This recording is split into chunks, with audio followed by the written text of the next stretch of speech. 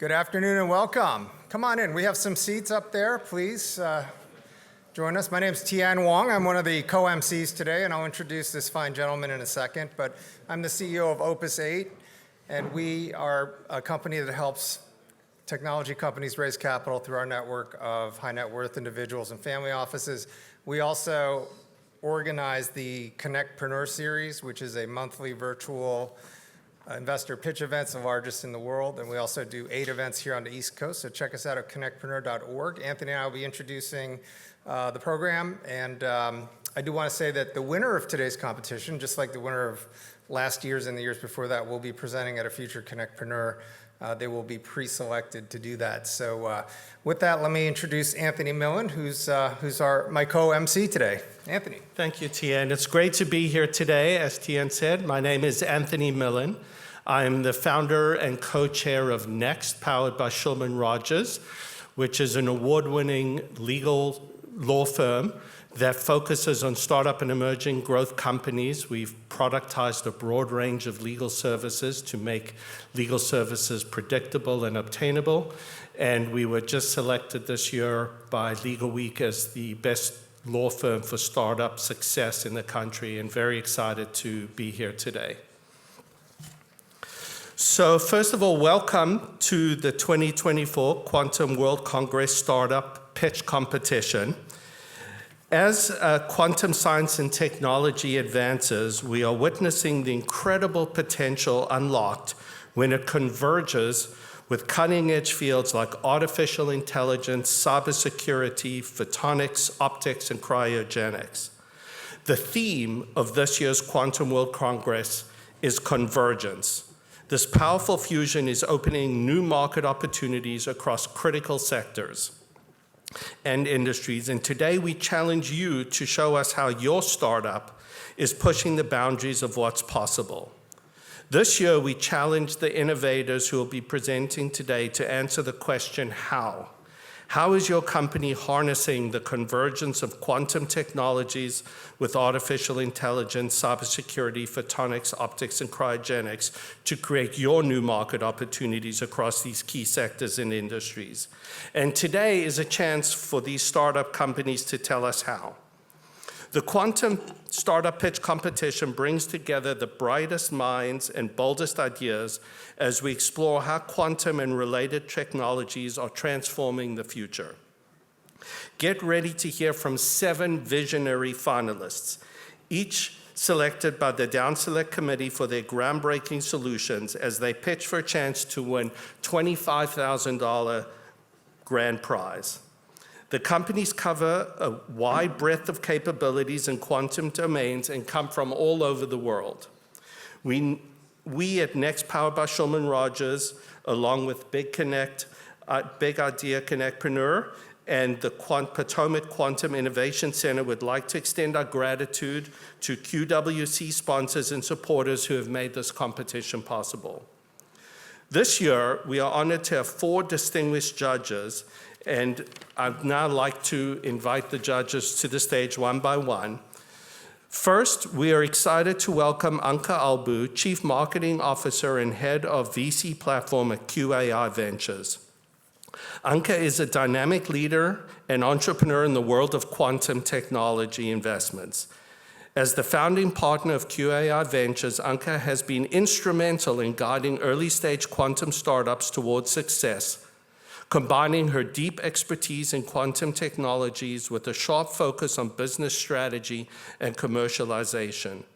Her work at QAI Ventures is helping shape the future of the quantum industry by providing critical support to the innovators pushing the boundaries of what is possible. With a strong background in technology, entrepreneurship, and venture capital, Anka is at the forefront of driving quantum innovation across various sectors. Please join me in welcoming Anka Albu.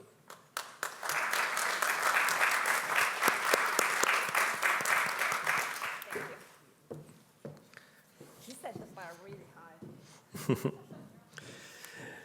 Next, we are honored to introduce Dr. Yakov Weinstein, the Chief Scientist of Quantum Technologies at MITRE, where he leads groundbreaking research at the intersection of quantum computing, quantum information, and national security. With a career spanning over 2 decades, Dr. Weinstein has made significant contributions to advancing quantum technologies, positioning him as a thought leader in the field. At MITRE, he oversees a range of initiatives aimed at leveraging quantum advancements to solve complex problems in defense and cybersecurity. His deep expertise and visionary approach make him an invaluable voice in the ever-evolving landscape of quantum science and its real-world applications. Please join me in welcoming Dr. Wyckoff Weinstein.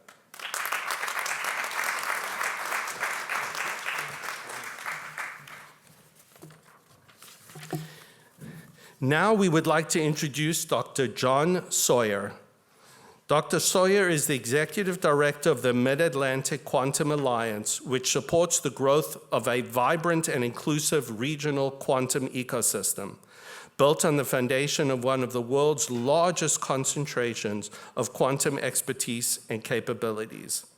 The MQA enables a wide range of collaborations between its 38 and growing members, with quantum expertise and programs from government, industry, academia, and the nonprofit sector to accelerate scientific discovery, develop and transition technologies, and prepare the quantum workforce. Dr. Sawyer also serves as the Director of Strategic Research Initiatives for the University of Maryland, where he builds and manages major programs and partnerships that enhance the impact and visibility of the university. Please join me in welcoming Dr. John Sawyer to the stage.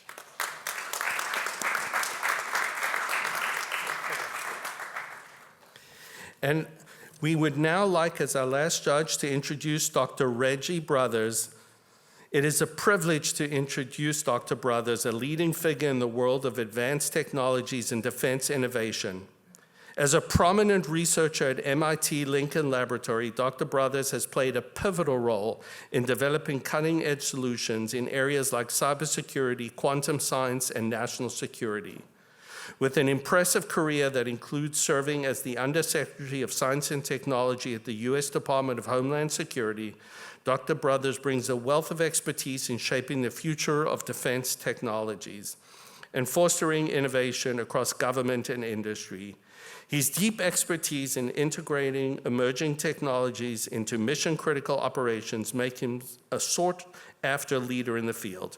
Please join me in welcoming Dr. Reggie Brothers.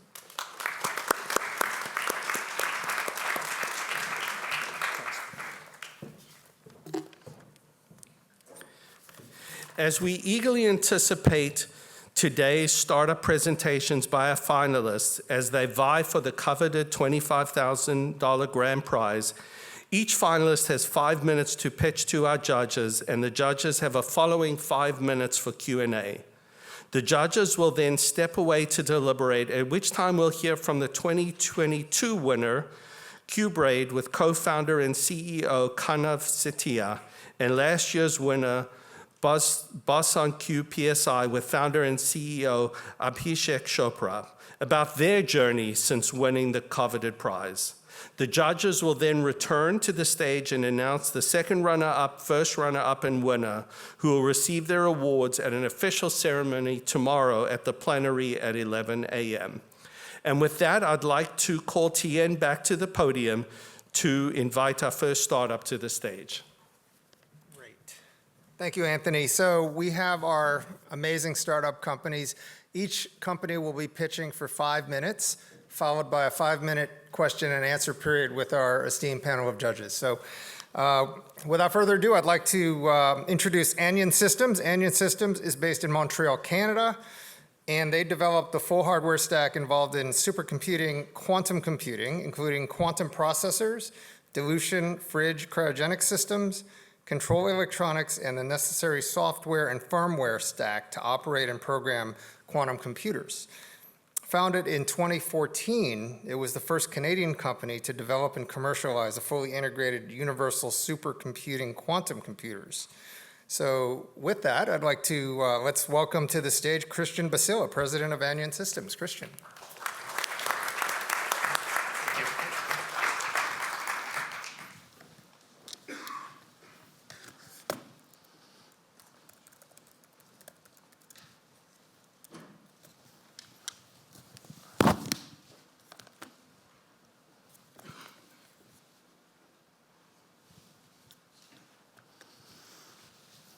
Okay, good afternoon, everyone. It's a pleasure to be here at Quantum World Congress. My name is Christian Basila, and I'm here to talk to you about anion systems.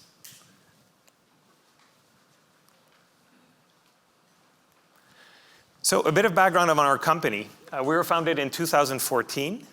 So we've been around for almost 10 years, which makes us one of the oldest companies in quantum computing. We've been privately funded to date. We're based in Montreal. We also have operations in Waterloo, where we fabricate our quantum processors. We focus on superconducting quantum computers, as has been mentioned previously. And we have activities that focus on quantum design, cryogenics, electronics, and firmware. So before I continue, our mission at Anion Systems is to build fault-tolerant, useful quantum computers. And this is going to be a long journey, but we think we've made pretty good progress over the last few years. So let me tell you a bit more about our path towards utility-scale quantum computers. As we only have 5 minutes, I'm going to try to focus on 3 points. And hopefully at the end of the presentation, you'll remember some of these or all of these. And I'll tell you why they all matter on the path to utility-scale quantum computers. The first element is vertical integration, so that the products become scalable over time. The second element is not only running a university or a research lab, but actually building products and finding customers for these products. And then the third and most important element I'd like to talk about is the roadmap to what we call fault-tolerant qubits or better qubits. So let me tell you a little bit about each of these. What does vertical integration mean? Well, at Anion Systems, what we've developed is the capability to design, simulate our own chips. So we have a simulation toolkit. We fabricate our own chips at the Waterloo Nanofabrication Center, and we're about to move into a brand new nanofabrication center that's going to be based in Bromont, Quebec. We design our own quantum control electronics. We design and build our own quantum cryogenic fridge. And we put all this together in what we call a systems engineering approach so that we can deliver integrated systems. So what you can see on the picture on your right is on top is what we call our Generation 1 integrated quantum computer. That's a quantum computer that could host about 10 qubits. Then we moved on to Generation 2, which you see in the middle of the sheet. This is a system that can host somewhere around 100 qubits. And right now we're working on Generation 3, which we're targeting to add another 0 to that, which would be a system that's going to host up to 1,000 qubits. Now, you might say that great idea. We hear a lot of companies that have concepts. For all of these, we found customers. And for us, this is very important because it helps us validate that the technology works. We get feedback from the customers. It brings revenue to support the R&D activities. So our first customer in 2016 was a leading quantum computing company. We had a consulting mandate with them to help them on the design of a brand new quantum processing unit. Two-phase project, worked really well. And from that, we said, well, if we can help a leading company build qubits, why don't we build our own integrated system? So we worked for a couple of years on that. In 2020, we actually sold and delivered our first integrated quantum computer, which you see on the picture there. And from there, we said, okay, we can make qubits, we can build systems, let's start scaling up. And that brought us to our second generation quantum computer, which we're proud to announce is today deployed and operational in a high-performance computing center. So these are actual commercial products that have users. Next step for us, and hopefully we'll be back here in a couple of years, is going to be able to talk to you about the third generation quantum computer with somewhere around 1,000 qubits. Now, this is the most important slide of our presentation. I won't go into a lot of details because we don't have that much time, but the path forward to utility scale quantum computing from our perspective revolves around efficiency. We need to find a way to make better qubits. Anion does not believe in the path to 1 million physical qubits. We believe we need to find a way to make better qubits so that an integrated utility scale system can operate with a fraction of that number. So that roadmap has been defined from the inception of the company, but everything we've done to date is going to help us prove out the capability of doing this. If you can't make a small integrated computer, what are the odds you'll be able to make a really large and complex one? So right now we've got a patent issued on this technology. We've run simulation data, and we're hoping to be able to announce experimental results in the next year. So in conclusion, we're Anion Systems. We're on the path to utility scale. It's a long path. We've done a lot. And we think that as the next step, what's going to be important is be able to do two things. And sorry, the slide got cut out, but we'll need to do more qubits and better qubits, but you'll need to package this also in an integrated solution. And you'll need to master the whole thing if you want to scale up. Thank you for your attention.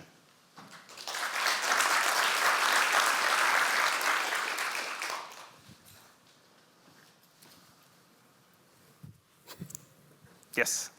So the superconducting qubit space has some major players in it already.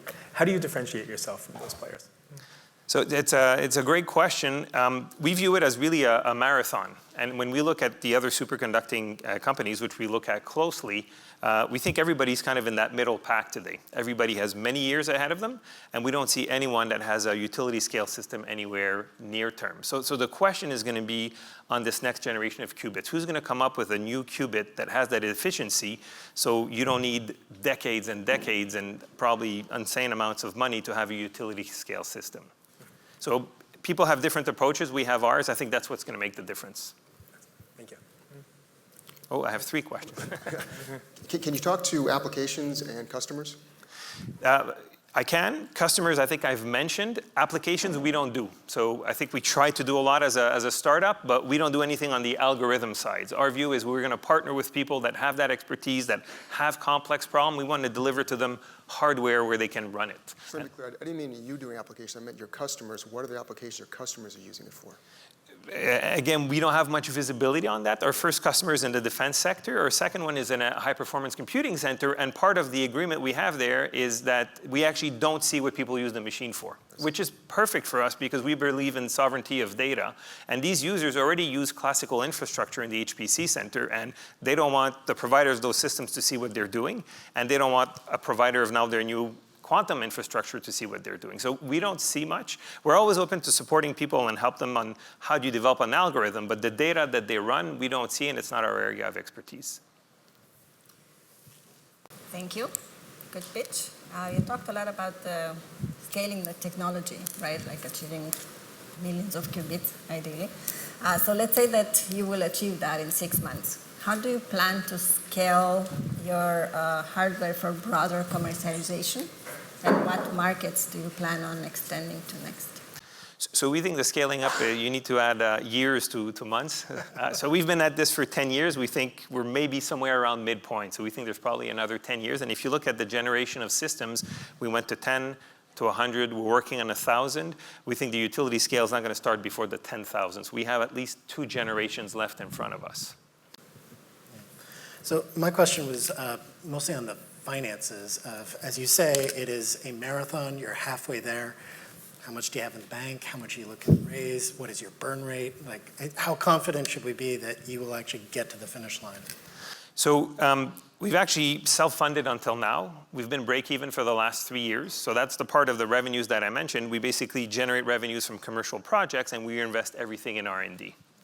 What we're hoping to do is fundraise, find a right partner that has a long horizon. So this is not a 3 to 5 year flip, we believe, if you want to get to utility scale, which is our objective. Now, with respect to confidence, we like to believe that every year we go forward, every generation we built, people from the outside will look and say, well, they've managed to do this for 10 years, and they've delivered on generation 1 and generation 2. So hopefully the odds are that they know what they're doing and they'll be able to continue forward. The extra capital, what it would enable us to do is accelerate the pace of our growth. Gotcha. And then, sorry, one quick follow-up question. It looked like you were building your own dill fridges as well. Can you talk a little bit more about the decision to go in-house instead of leveraging the supply chain? It's a great question, and we get this a lot of the time. If you go back to 2014, there were very few players that made fridges, and none of them that made a fridge of the size in what's in our generation 2 quantum computer. So we looked at this and we said, okay, we're going to have to wait for one of these providers to scale up, and hopefully they scale up as quickly as we'd want, and hopefully their product's going to be compatible with where we're going, and hopefully they don't get bought out by someone along the way. So when we looked at the risk of this, we said, well, let's take a step back. And cryogenics is a technology that's been known for a long time. It's not, most patents are actually expired around cryogenics. So we had the chance to recruit amazing talent, and we said, let's build our own, because we know we're going to need to build a very, very big fridge. So we built a small one in generation 1, a big one in generation 2, and we're working on the bigger one now. And that confidence, that momentum is there. We have the team, we've developed the know-how, and we think we can scale the whole components of the quantum computer over time. Yeah, can we talk about the revenue projections? So what do you see in the next 5 years? So you break even right now, which is great. Where do you see yourselves in 5? You said long-term investors, so where do you see yourself in 10 years? And what do you think the overall TAM is for this in, let's say, 5 to 10 years?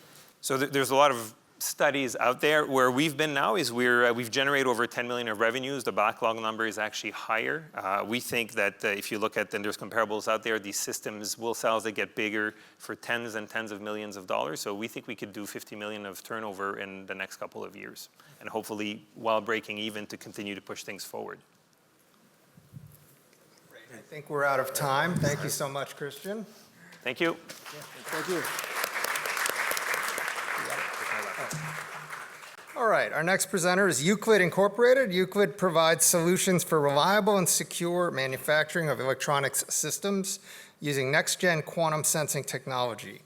Their platform leverages quantum defects in diamond combined with sophisticated AI algorithms for quantitative mapping of hidden electrical currents deep inside intact components. Sorry.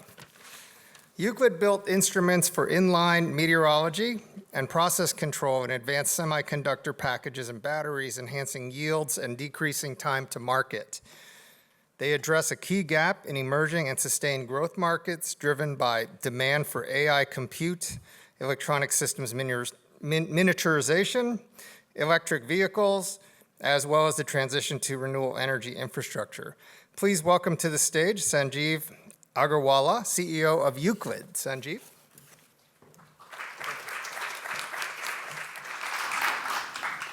Thank you. So today I'm here to talk about two things: a fundamental, very tectonic opportunity in front of us, and ability to use quantum computing to make a big difference. So after PC and mobile era, over the last 3 decades, as we all can know and see, AI is a tectonic shift which is bringing to the industry. And the revenue of the semiconductor industry will go from 600 billion today to about $1 trillion by 2030, if not sooner. And the way we are doing that is by putting this compute demand in multiple chiplets in a package. And that's a fundamental way to solve this problem. Because if you look at the Moore's law, which was about doubling transistors every 2 years, that has been run out of steam over the last many years. And the innovators were looking, how do we proceed?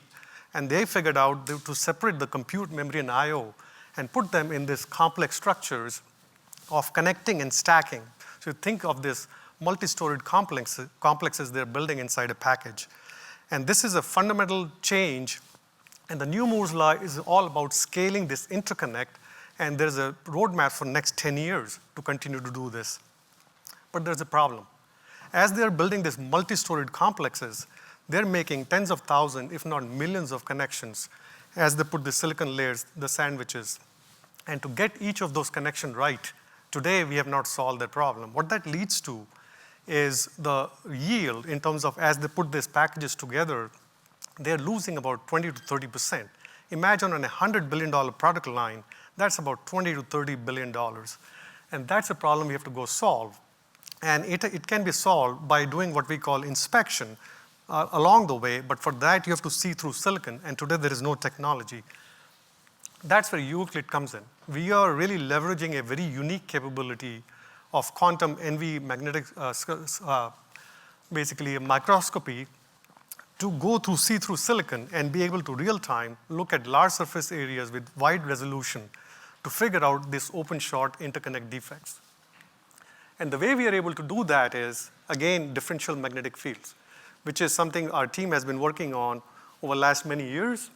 So if you, just as an example, if you look at an array of these interconnections, hundreds of thousands of them, there's a baseline magnetic field when the currents are properly flowing. If there's an open, the magnetic fields are lower, and we are able to see that signature. And similarly, if there is a short, we see a higher magnetic field. And we have been working on silicon and packages, and we can very quickly see this signature in real time and apply this during this kind of multi-storied complex building process. And when we compare this to existing modalities which are used today in silicon manufacturing, as they're growing silicon layers, today the two main modalities are electrical and optical. Their problem is they cannot see through the silicon to be able to see these defects. X-ray is an upcoming technology. Much like humans, X-ray is harmful for silicon. It destroys the DRAM cells, basically, and also it's slow. And this is where quantum MRI comes in, which has all the characteristics we believe to solve this problem. And we have now enough data which is convincing us that absolutely this can be addressed. And this is a unique opportunity in a highly secular growth market. In terms of where we are, so our team started really with the fundamental NV research, and then we built this, what we call QDM-IO, which we are selling today in lab applications across the universities across the globe. And they're primarily using for basically geosciences application. We have this product in-house today where we are using this for silicon analysis packages, and our goal is to run to market fast. And overall, in terms of TAM, conservatively, in 2026, we are facing $1 billion TAM for Euclid. It's even a bigger opportunity in front of us because there are about 300 million chiplets which will be inspected. Today, this is all translating to yield loss. That's why each product of NVIDIA costs close to $50,000 to $100,000. And we believe we can solve this. And finally, we are bringing a team together where there's a fundamental quantum expertise, electronic systems expertise, and equally important is business expertise to make it all happen. Finally, this opportunity we have in front of us today, the TAM, the market is screaming at us, and it's our goal to make it happen. Thank you.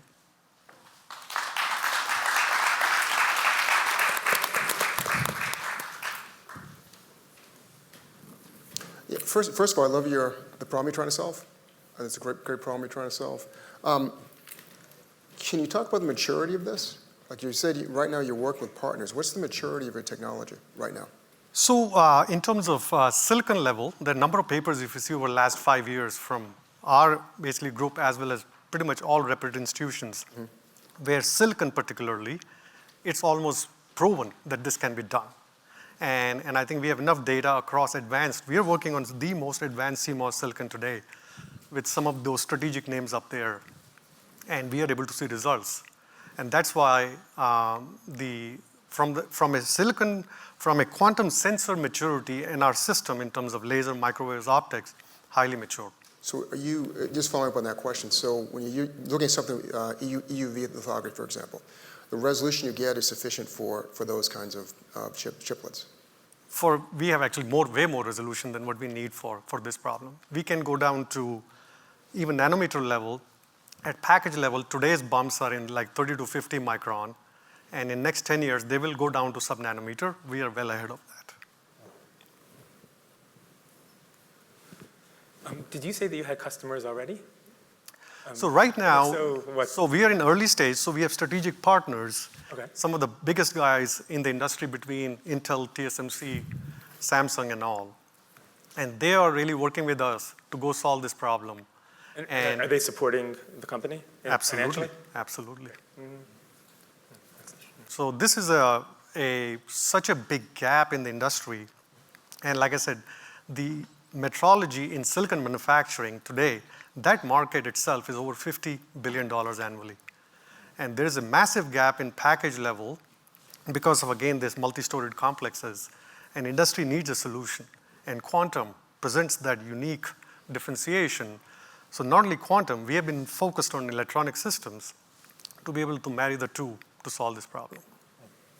So you've already got revenue. When do you expect to be break even? So we really don't have revenue. More we are supported by these customers to go build this technology. Yeah, but to that point, what is your burn rate? What is your projections, both revenues and costs? What are you trying to raise? So right now, we are early stage. We are trying to raise about $5 million. And I think our goal is in next 9 months to pretty much validate every aspect of this. We think we can do faster. But our bigger goal, is to then go raise a much more significant capital in the next 6 months after that, so we can build a go-to product by end of 26. And what we have done is we have brought some people in our team who have gone through this cycle in last 3 years, who built a product in this space using X-rays and exited, and now they're part of our team. Let's go do this on magnetic and make it happen. Do you have any direct competitor? Someone else that does exactly the same thing? None we know of. Similar? Yes, there are, but We are well ahead in terms of our understanding of this space, the partners we are working with, the quality of work we're doing, understanding of semiconductor packages and electronics. Because having quantum expertise is one. What problem we are trying to solve, if you're off by 2 degrees, you lost the game. And once you have partnered with everyone in your current target audience, do you have other possibilities for scaling or? Absolutely, absolutely. So I think in this, our goal is not to solve all the problems. We bring fundamental technology, but in terms of this system expertise of putting in a manufacturing flow in semiconductor, which is very advanced, there are already strategic partners talking us to marry the two technologies. Our goal is to really differentiate and bring our core expertise and get in and run as fast as possible. So it looks like you're primarily focusing on large volume production, but I'm wondering, are there other partners that you should be engaging with who are more exquisite, small volume, where messing up is really hard to detect and deal with? It's almost opposite here.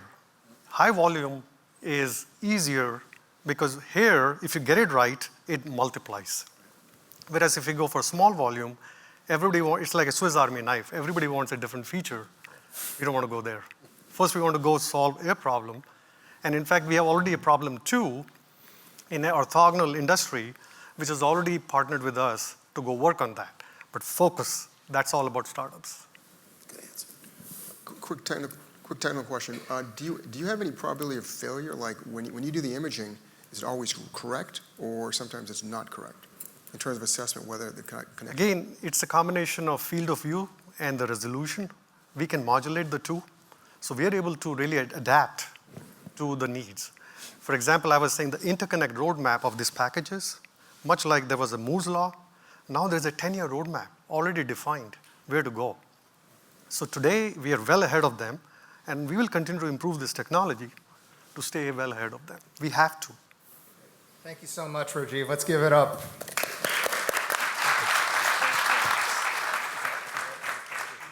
Great. Next, I'd like to introduce Icarus Quantum. Icarus Quantum is pioneering the quantum hardware that will enable the quantum internet. Their patent-pending technology deterministically creates quantum light, single and entangled photons, which are the foundational components of the quantum networks that will enable 100% secure communications and distributed quantum computing. Icarus is a spin-out of NIST Boulder, and their unique approach can generate quantum light 70 times more efficiently and at rates 1,000 times faster than competing methods. Please welcome to the stage Chapman Bean, who's the COO of Icarus Quantum. Chapman. Thank you. Okay. Hello, everyone. Good afternoon. My name is Chapman. I'm the COO at Icarus Quantum, where we're enabling 100% secure communications. As mentioned, we're based in Boulder, Colorado, and are a spin-out of NIST Boulder. So, as is probably no surprise to everyone in this room, our communications today are vulnerable. Eavesdroppers are stealing, storing, and attempting to decrypt our communications today, from government intelligence to financial transactions. And the advent of quantum computing will only tip the balance of power towards these bad actors, given quantum computing's amazing decryption abilities. But just as quantum is the problem, quantum tech can also be the solution if we can encrypt or incorporate quantum into how we encrypt and communicate today. And that's what we're doing at Icarus Quantum, where we're bringing to market the first scalable entangled photon generator to enable 100% secure communications. Entangled photons, you can think of quantum light as basically the building block of quantum secure communications. So for our devices, imagine a microwave-sized box that we integrate along optical fiber and in free space. The box creates and shoots entangled photons into the existing infrastructure today. And it's those entangled photons that, thanks to quantum mechanics, will provide the medium over which we can create eavesdrop-proof and quantum computer attack-proof communications and encryption, protecting us against eavesdrop attacks today, as well as quantum computing attacks of tomorrow. And we see a big need for such devices. Our early beachhead market are the researchers at government, academic, and corporate R&D labs that are pioneering quantum communications and quantum networking. they'll buy our devices to accelerate and enhance their research. And in doing so, they'll be great beta users for Icarus, as well as give us that stamp of validation as industry-leading quantum light sources. But really, they'll pave the way for the big opportunity for us, which is when large government and private organizations adopt quantum communications at scale. And in particular, banks and other financial institutions are poised to be early adopters of quantum communications. We predict that for banks alone, the opportunity for Icarus devices to enable their networks for 100% secure communications will be $4 billion by 2035. And this is not even accounting for the opportunities in government or other industries we have. And we're seeing significant traction to date in terms of grants, letters of support, and letters of intent from the players you see here, potential customers ranging government, industry, and academia. And the thing that really makes us different and unique at Icarus is the unique way we're creating quantum light compared to other competitors on the market. The way we're doing it is a unique quantum dot platform, which is more efficient. In fact, it will be 70 times more efficient thanks to our unique technology. And that efficiency is really important as it enables higher rate, longer range communications that ultimately make quantum communications more scalable and usable. And we have an international patent protecting it. Just to add a bit of color to that, to match the rate and efficiency of one Icarus device, with a current competitor's device, you'd need 20,000 of those devices, which would cost about $400 million. Our team has deep expertise in this unique quantum dot technology. Our founder, Dr. Imani, spun Icarus out of NIST Boulder based on his years of research there. We have two amazing engineers who are accelerating our prototyping, and I'm bringing my business background to help the commercialization efforts. We're also supported by amazing advisors on both the science and the business side, with expertise in quantum photonics, as well as in commercializing deep tech. Where we are today, we were founded in Jan 2022, not shown here, but we completed an early prototype this year, and to date, we've raised $2.3 million, all non-dilutively via government and private grants. Over the next 2 years, we're focused on building up our operational and R&D capacities so that by Q3 of 2026, we'll have brought our MVP to market, which will be the first commercially available entangled photon generator. Using seed round funds over the next year, we'll build up our capabilities and bring to market our turnkey device, which will be that microwave-sized box, no PhD required, easy-to-use entanglement generator. Translating that into revenue, we expect revenue to be fairly modest the next 5 years as we really focus on this research market and capturing that stamp of validity. But then we'll hit an inflection point around 2030 when we expect that large-scale users, most likely banks, will begin taking quantum communications to scale. And so we expect, conservatively, by 2035, we'll be a $300 million revenue company. And with that, I'll close and say thank you, and I'm excited to hear your questions.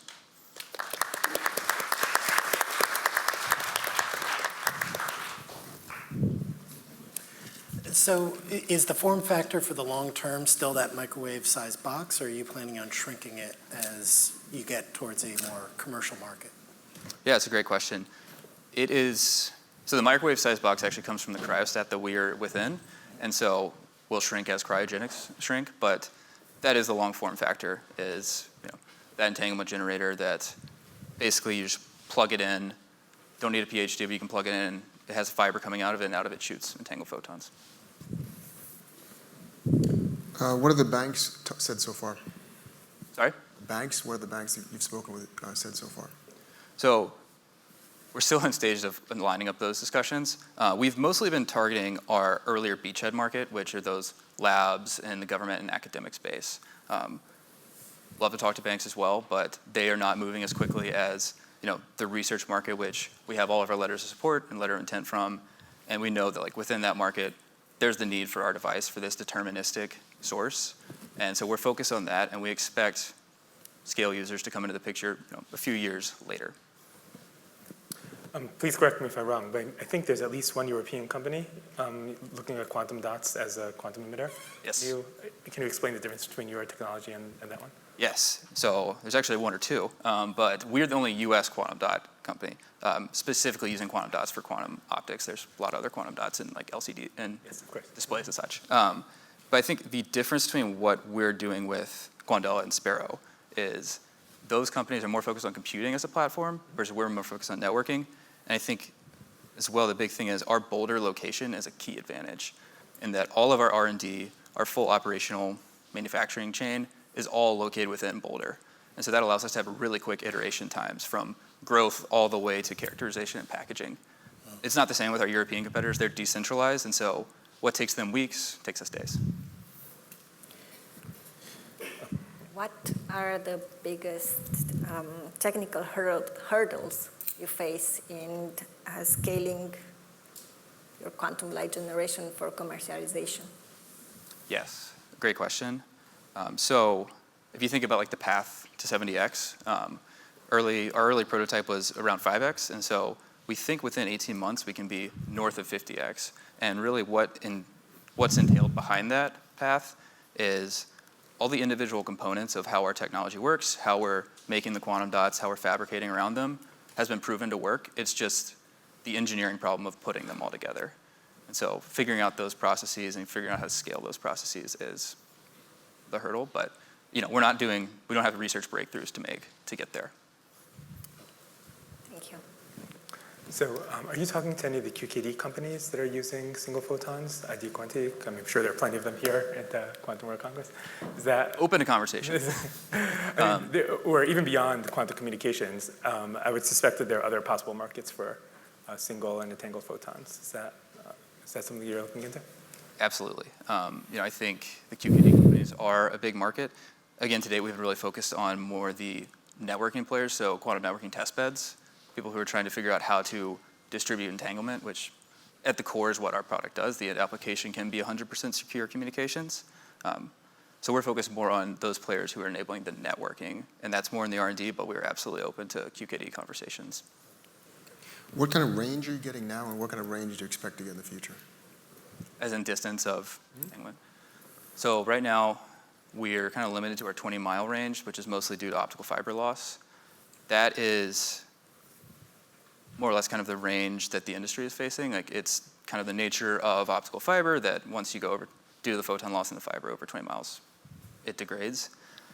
That is something we have to work with within the industry. Quantum memories may be able to help there, so we have a lot of partners in Colorado developing memories who we're actively talking with. Yes? Are you fundraising now? I don't know if it was on the slides. It's difficult to see them. Sorry, I know y'all are kind of located in an interesting location. Difficult. So we've raised $2.3 million to date, and actually we just got a big $1.3 million grant, and so we're actually not fundraising right at this time. We need about another $1 million to get to Q3 2026, and we are targeting non-dilutive grants for that. We've had success winning them to date, and we just, in the past 2 weeks, put in applications for another $1.2 million. So we think up until then we'll be good, but then we do anticipate a bigger seed round once we need to scale up to bring our kind of final turnkey package. Thank you. I think we're out of time. Thank you. Thank you. Thank you. Thank you, Chapman. Next, we have Q99. Q99 is an applied R&D company specializing in the convergence of artificial intelligence and quantum computing. Its proprietary technology focuses on advanced data management, transforming businesses into hyper-intelligent organizations. By integrating big data with AI models and the power of quantum computing, Q99 provides solutions that maximizes data value and optimizes business operations. The company operates in the US, Mexico, Colombia, and Argentina with a mission to lead and develop a collaborative AI and quantum computing research ecosystem across Latin America, redefining how organizations handle and apply information for high-impact results. Let's welcome to the stage Facundo Diaz, who's the CEO of Q99.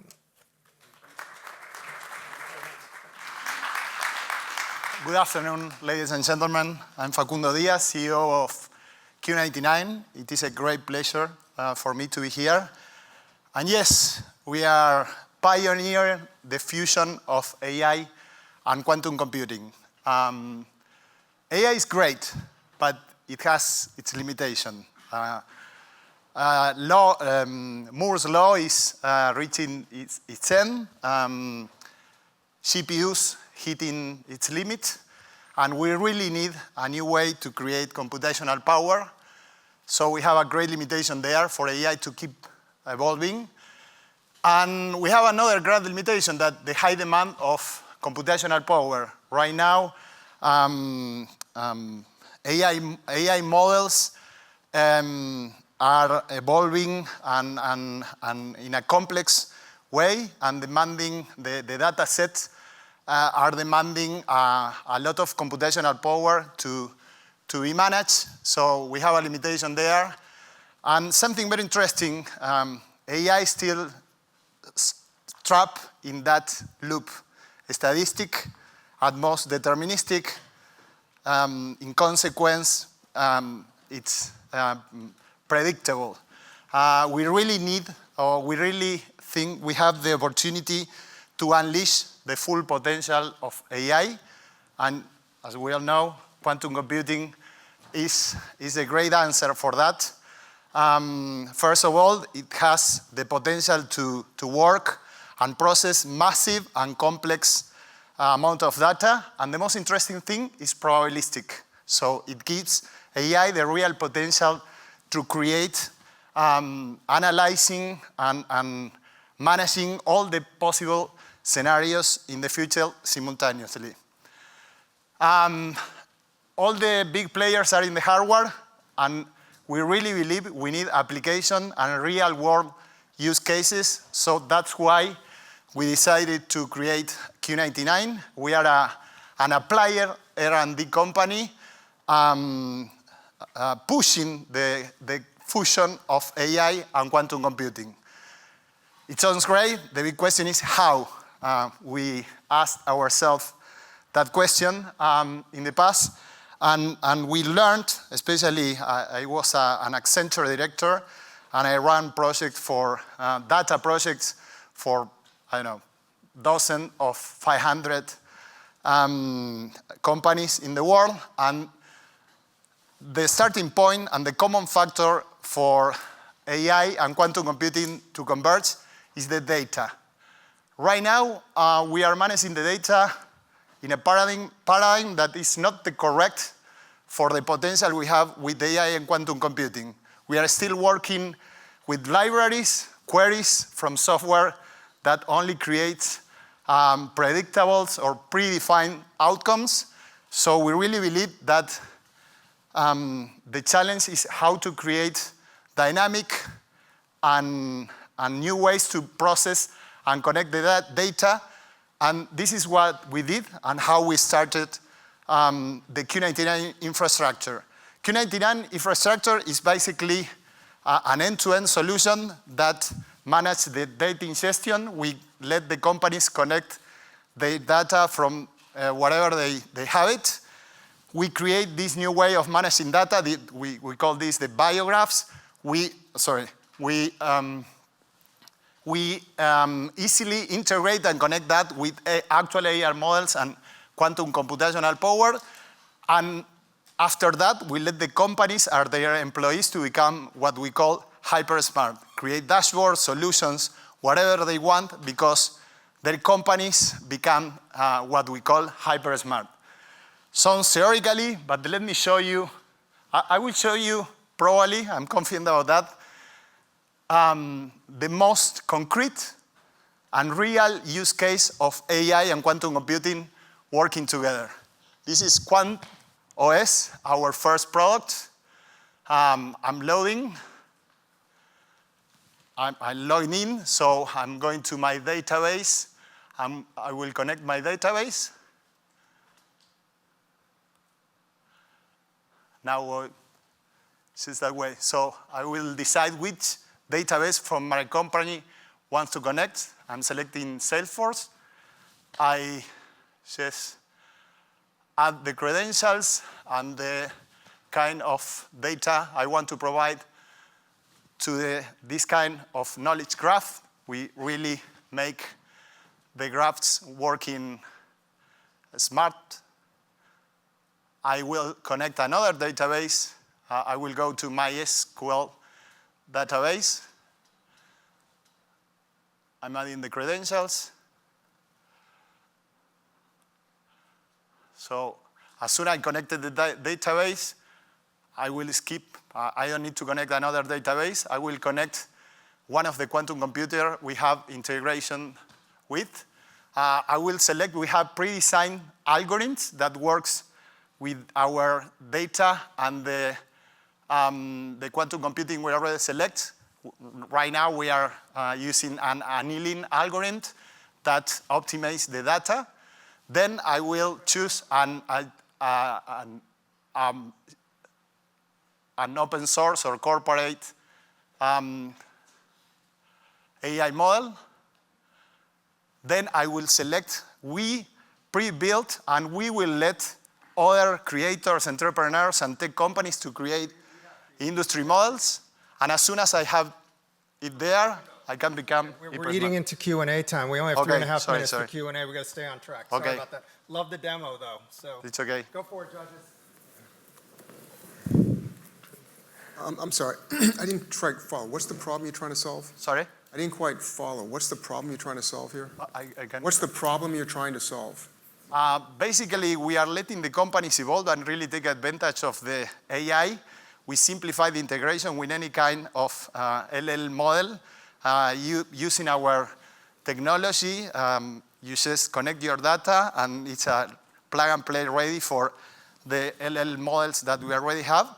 And we boost that with the possibilities to also run through that quantum algorithms to really bring probabilistic and more efficient capabilities to process data. So quick follow-up. So what kind of speed up or greater capability have you seen when you do these things? Say again, sorry. How much faster are you making the AI processing, data processing? It depends of the process of the company, but in a traditional, we have clients, we have monthly revenue, where profit, we have 4 million in pipeline for this year. And depending on the company and the process they are running using our software, we could increase like 100 times the speed to develop products, to optimize supply chains, and also to analyze information. Sometimes the companies maybe are managing their dashboard, and as soon as the C-level wants to, cross or ask for new information, they need to go to the data scientists and spend like weeks to process what they want. In this case, they can just ask and have what they want. Can you So, give I think I'm struggling with the technical details of what you are doing. So big data is not good with NISQ computers. So how is this providing value? It's a great question. We work with specific algorithms and industry model. We already built industry model for specific industries. We are working with 3 industries right now: retail, energy, and finance. And so we already process the data that is flowing to perform those operations based on the industry models we already built. We have a partnership with Accenture in Latin America. They will provide the industry model. We are going together for clients. So that will accelerate our capability and capacity to add industry models and make our software to perform faster and better. And sorry, what is your technical team? So how do we know that your team is able to deliver quantum computing solutions? We have clients, we have revenue, we have more than 200 scientists, engineers from all over Latin America, the US, and some in Europe. But the most interesting thing is we are not only building this underlying infrastructure, we want to let in the future to let other developers or scientists to add quantum algorithms and also AI agents to our infrastructure to make like an open marketplace. I think we're out of time. Thank you so much. Thank you. Great. That was fascinating. Our next presenter is Cruise. Cruise creates a unique machine learning software to debug and reverse engineer physical systems for R&D labs that are developing new devices. Their mission is to revolutionize physics-centric R&D by providing virtual physicists to work alongside human physicists and engineers in labs developing cutting-edge technology, starting with quantum computers and quantum sensors. Their solution is a two-step process. They implement an automated bring-up framework that performs a rapid, in-depth characterization of the quantum device. And secondly, via advanced model learning, they generate an accurate digital twin of the quantum device and its control electronics, resulting in a detailed breakdown of hardware and control imperfections. Please welcome to the stage Anurag Saha Roy, Chief Product Officer of Cruise.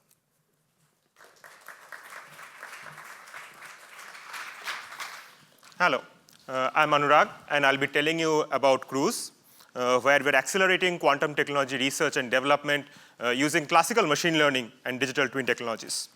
So one of the major challenges with the development of quantum technologies today is that, of course, it's really hard, but the big problem with that is that any simulations that you do for quantum technologies, it's often very unreliable.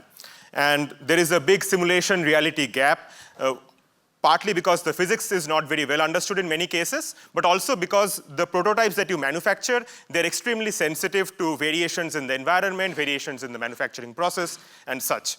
And what ends up happening is that your R&D team spends a lot of time trying to figure out the difference between the design and the simulations and what actually came out of the manufacturing process in their prototypes.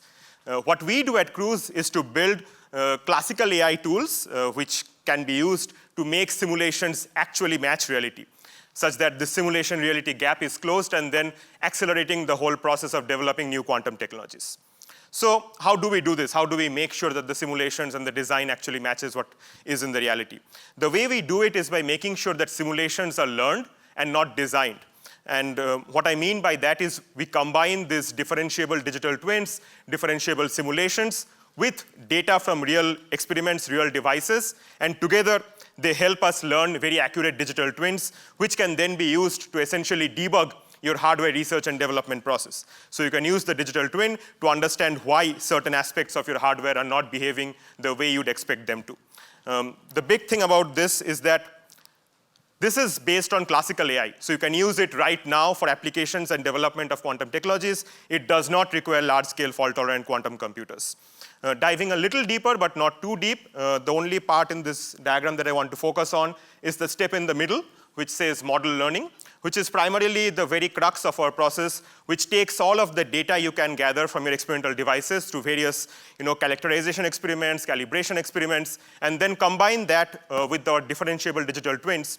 And then our model learning algorithm can essentially learn a very accurate simulation, a very accurate model of your quantum technology device. So how do we make money? Pretty straightforward. We're a software as a service company. We sell annual software licenses. Our software can be deployed on premises within the network of the customer, which is very important, given these are extremely sensitive, IP-sensitive domains. But it can also be deployed in the cloud. And we sell directly to the customer, but more importantly, we also have very strong partnerships with other hardware manufacturers in the domain, in the ecosystem, who we go to market together with. And most importantly, we also provide a completely embedded solution which can basically be used as part of a full-stack turnkey quantum computing device. So what are our customers saying about us? I think a very good example of this is our collaboration with Quantum Machines. They have been using our software for quite some time now to essentially understand the different bottlenecks, the different limitations in the quantum hardware space when coming to realize very high-fidelity 2-qubit gates in superconducting systems. And as you can see here, they're really happy. They have been able to unravel physical effects that were previously not possible purely from looking at experimental data. And we have a lot of these academic users, customers, partners within the broader European region.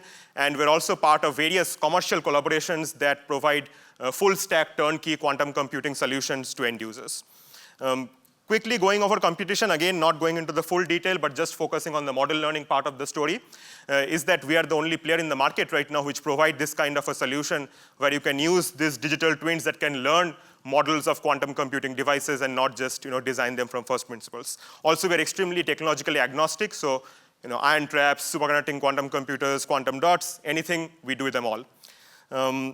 what is the market we're looking at? The market we're looking at is actually data-driven simulations, which for us is not just quantum technologies, but even a broader market. It's a very large market, currently dominated by players from 70s, 80s, before the whole AI and data revolution, which means it's really ripe for disruption.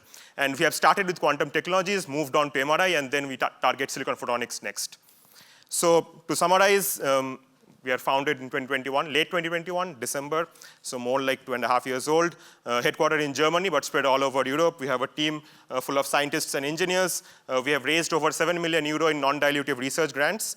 Like I said, we have academic users, commercial partners, resellers, and most importantly, why I'm here today is because we're raising our seed round right now, 4 million euro round, primarily to expand our business activities in quantum, and more importantly, begin rollout of our MRI and silicon photonic solutions. Thank you.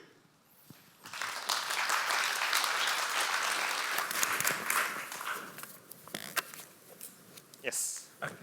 You mentioned one example. Can you go a little bit deeper into an example of what a company is going to try to accomplish, what you're doing? Yeah. You mentioned the 2-qubit gate. I think this slide captures very well what we are trying to do. So what you have on the extreme left is a real quantum computing hardware. It could be a quantum computer, a quantum sensor. Essentially a prototype, like let's be honest, everything in the market right now is a prototype. And what you have on the right is a digital twin, which is what scientists and engineers use to design the next generation device. Like we heard from Anion, they have a generation 1, generation 2, going to generation 3. Often the problem is that these two don't match very well. The design and the simulation is very far from what you fabricate in your lab. And what we are trying to do is to provide a software tool to developers of quantum technology hardware where they can come up with designs and simulations that very accurately represent what they see in the hardware in the lab. Is that slightly clearer now? Yes, so can you give an example of that? Oh, yeah. So, for example, we work with a partner who's manufacturing superconducting quantum computers. And they're trying to understand that right now they can only get 98.5% 2-qubit gates. They're trying to understand where this 1.5% fidelity is disappearing. So we're helping them understand how much of it is coming from decoherence in the qubits, how much of it is coming from the classical electronics that drive these quantum computers, how much of it is coming from because the fridge is not fantastic, how much of it is because the HVAC system is not great and the AC is not functioning as it should. So these kind of an error budget, trying to understand where each of the fidelity is disappearing is what we provide in the software. And how good is it? How good is it? Oh, so right now we have been able to provide solutions where we see like a 99.5% match between what we predict as the error budget, as the contributions of different factors, and what they see in reality. So you mentioned some of your competitors, right? Yeah. Well-known competitors. How do you think your pricing will compare in your SaaS model to those competitors? Yeah, so right now, our pricing has not been a challenge for most of our customers. It's pretty much like if it says what it does on the tin, I'll pay you any price. Because why that is the case is more importantly, it's about being able to move from generation 1 to generation 2 devices very fast. Right now, easily it can take, as we saw, not 6 months, but more like several years. And if you can cut down that process, because right now the main bottleneck is once you manufacture a prototype, how do you go from that prototype to the next generation device is understanding what went wrong in that prototype. That typically takes experienced scientists and engineers several months. If you can cut that down from several months to few weeks of process, which is what we do right now, that translates to a big gain in lost engineering productivity that we help them recover. So pricing has not been a problem for us at all. And go ahead. And when do you, so if you had to go to a ramp, when would you expect to actually be breaking even, assuming you make the seed round and all that stuff? Yeah, given our revenues from this year and projections from next year, we expect to break even in early 2026. So roughly a year and a half from now, I would say. Yeah. You mentioned the improved compilation. Yes, maybe, yeah. And you said that it's via open source. Yes. How much of your tech is open source? Oh, our tech is not open source at all. We just wanted to focus here that we don't do improved compilation because there are more than good enough open source tools that do very good improved compilation. So our competitors focus on that. We don't focus on that because we believe the open source market has enough solutions. Our tech is completely closed source. So are you working with the hardware companies themselves, or are you working with a level below? Because you mentioned quantum machines, that's kind of like a level below. Yeah. So or are you working with whoever wants to come? We're working with both because right now one of the big challenges with quantum technology devices is that it's not just the quantum processing unit that is, for the lack of a better word, bad, but also everything in the classical stack. So the fridges have problems, the microwave drives have problems, the lasers have problems. So we work with all of them because our goal is to accelerate the R&D. So anything that can be improved in any part of the stack significantly plays a role in improving the whole ecosystem as a whole. Yeah. Okay. Thank you.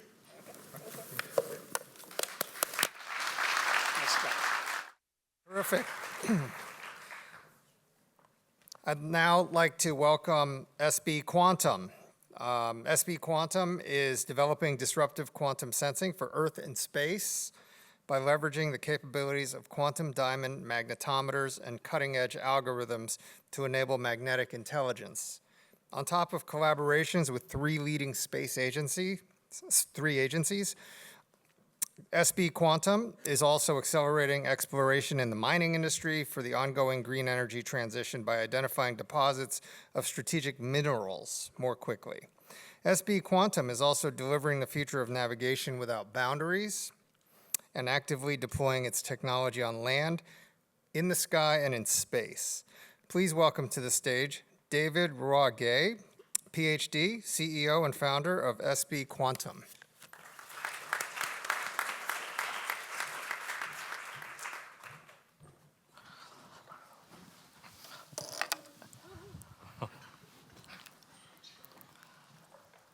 Hi everyone, I'm David Roiguet. I'm the founder and CEO of SB Quantum, and we're building quantum sensing for Earth and space.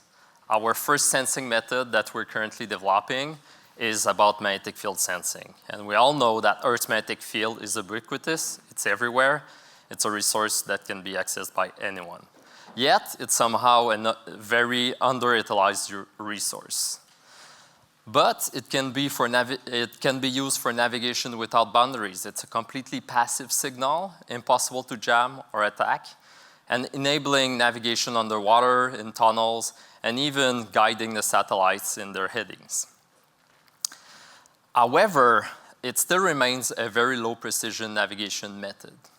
On the other hand, we have another very important application that also leverages Earth's magnetic field, which is exploration and mining. And modern prospectors are looking for better ways to steer their drilling program. And for that, they need massive amounts of data. Turns out they start with magnetics. Before, it used to be done by planes, so high accuracy magnetometers on planes. Now, it's more and more done on drone platforms. However, the data that is collected is still very, very limited. You have an example here on the right. How am I supposed to guess where the critical minerals are with this type of map? So exploration and mining goes by combining all kinds of methods of sensing together in order to steer the drilling programs and find the minerals. And that can take months of exploration. So at SB Quantum, we're developing a drone deployed platform which leverages fusion of sensor and leverages our proprietary diamond magnetometer technology, from which we can measure magnetic field sensing, electromagnetic sensing, and we're also co-integrating with gravity.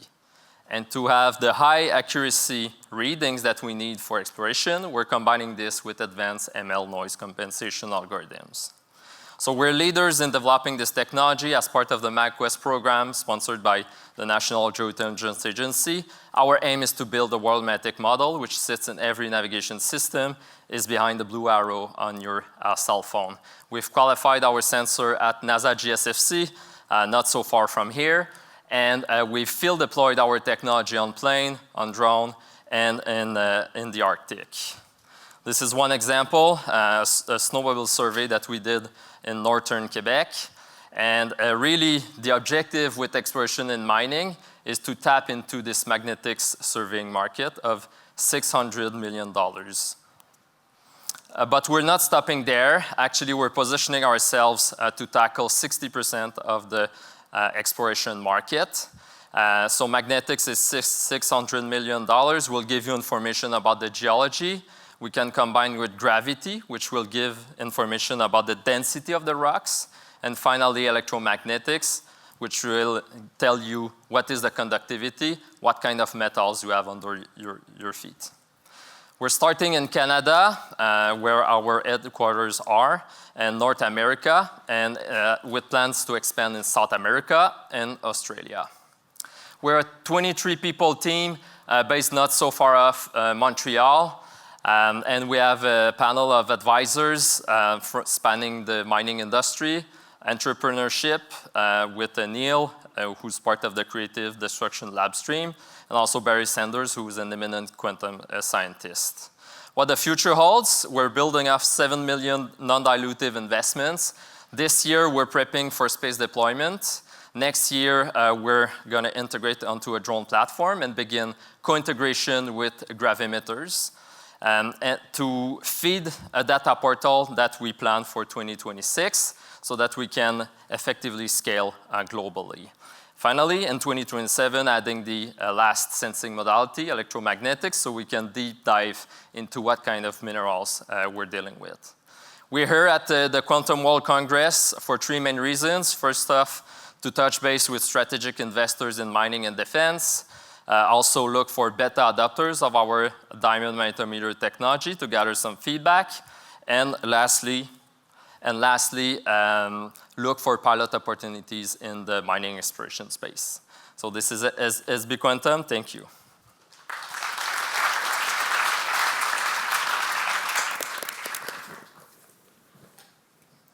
So, okay, the product is the magnetometer? At the moment, the first product, this thing? Yes. It's magnetometer. Yes, this is the first product, and this is the first building step towards the platform, which will unify multiple sensors. So what is in that thing?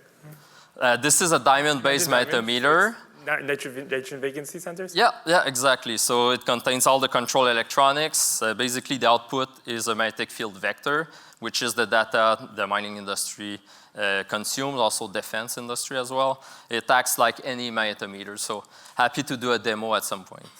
And so why are you choosing NV sensors rather than something vapor cell based? Good question. One of the primary advantages is combining the low drift measurements with the vector measurements, so the direction of the magnetic field, and all of that in a very small package. So right now we're sitting at 4 watts of power consumption, and yeah, it's this size, it's under a pound.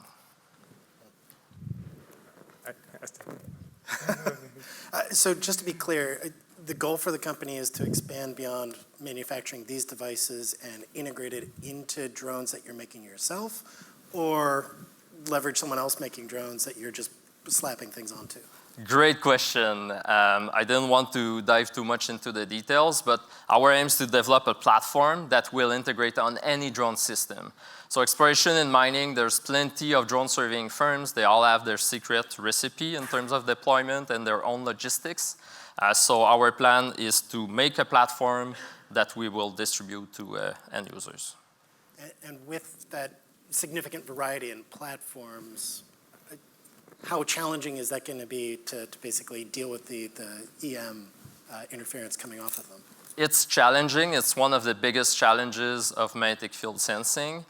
So we've developed all the expertise through the MagQuest challenge to cancel out the magnetic field signature of a CubeSat. So as we speak, the team is currently looking in magnetic field characterization of a drone system like AC, DC, magnetic contributors, and adapting our ML compensation algorithms for that task.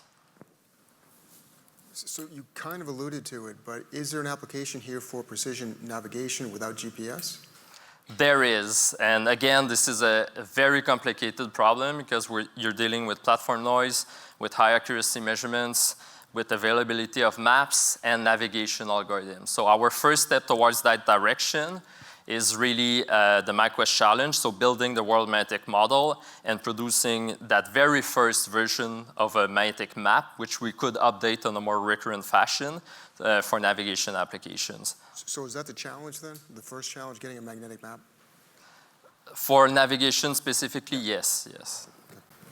What criteria did you use for building your go-to-market strategy? Sorry? What criteria did you use for building your go-to-market strategy? I couldn't help notice that you avoid Europe. Did the European Space Agency do something to upset you? Or why are you staying away from that?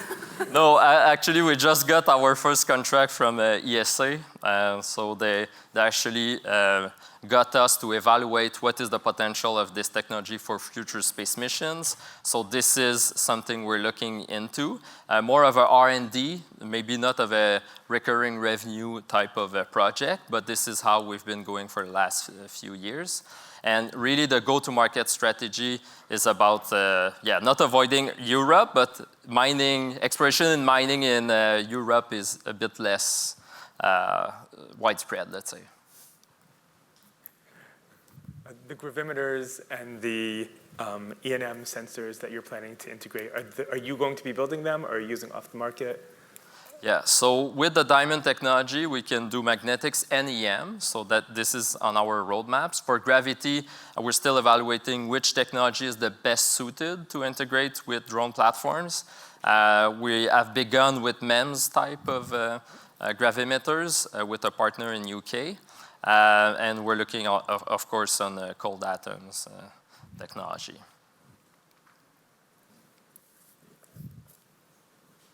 Okay.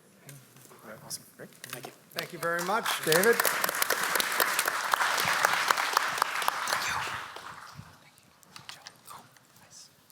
Great. Our final presenter is VeriQuantix. VeriQuantix is our seventh and final presenter. Over 100 trillion in assets are exposed to cyber threats and data breaches, not to mention the vulnerability of secret government and defense information.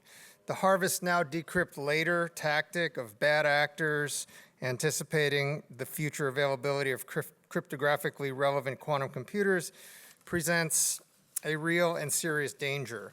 VeriQuantix was founded just a few months ago to develop products based on patented quantum technology that verifies the trustworthiness of optical fiber links, which is compatible with legacy networks having minimal overhead on data bandwidths.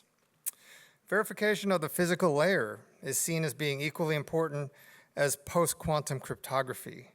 Please welcome to the stage Dr. Peter Baines, CEO designate of VeriQuantix.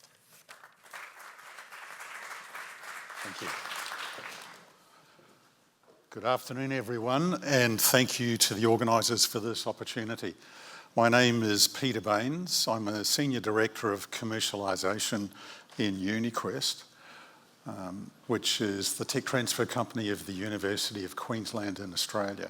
I'm also the CEO designate of a brand new company called VeriQuantix, which provides unique physical cybersecurity technology over optical networks called quantum link verification. Now, normally in these talks, we expect a bit of quantum weirdness.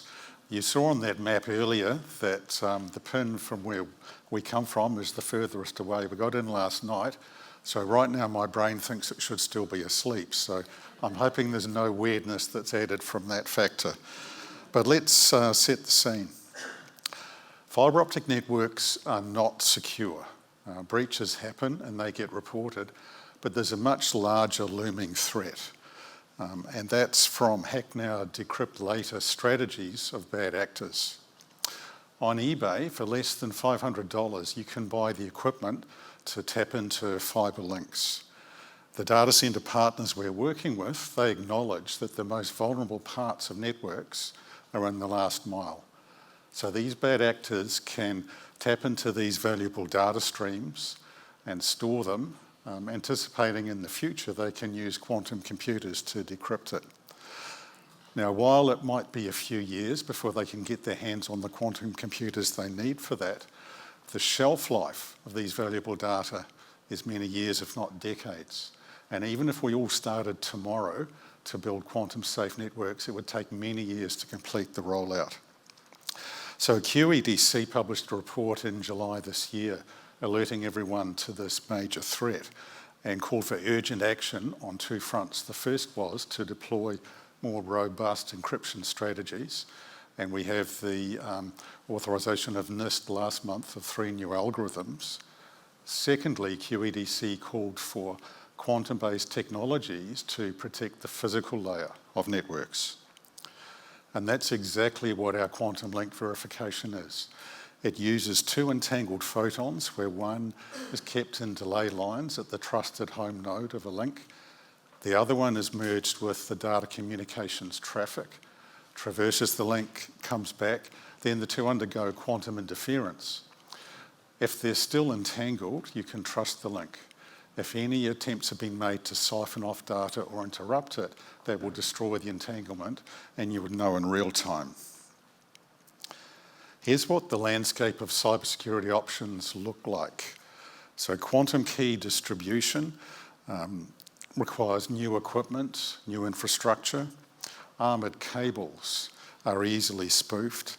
Either classical encryption or post-quantum cryptography, neither of them are provably secure because there's always the possibility that a new algorithm might be invented in the future that can run efficiently on quantum computers to decrypt our data.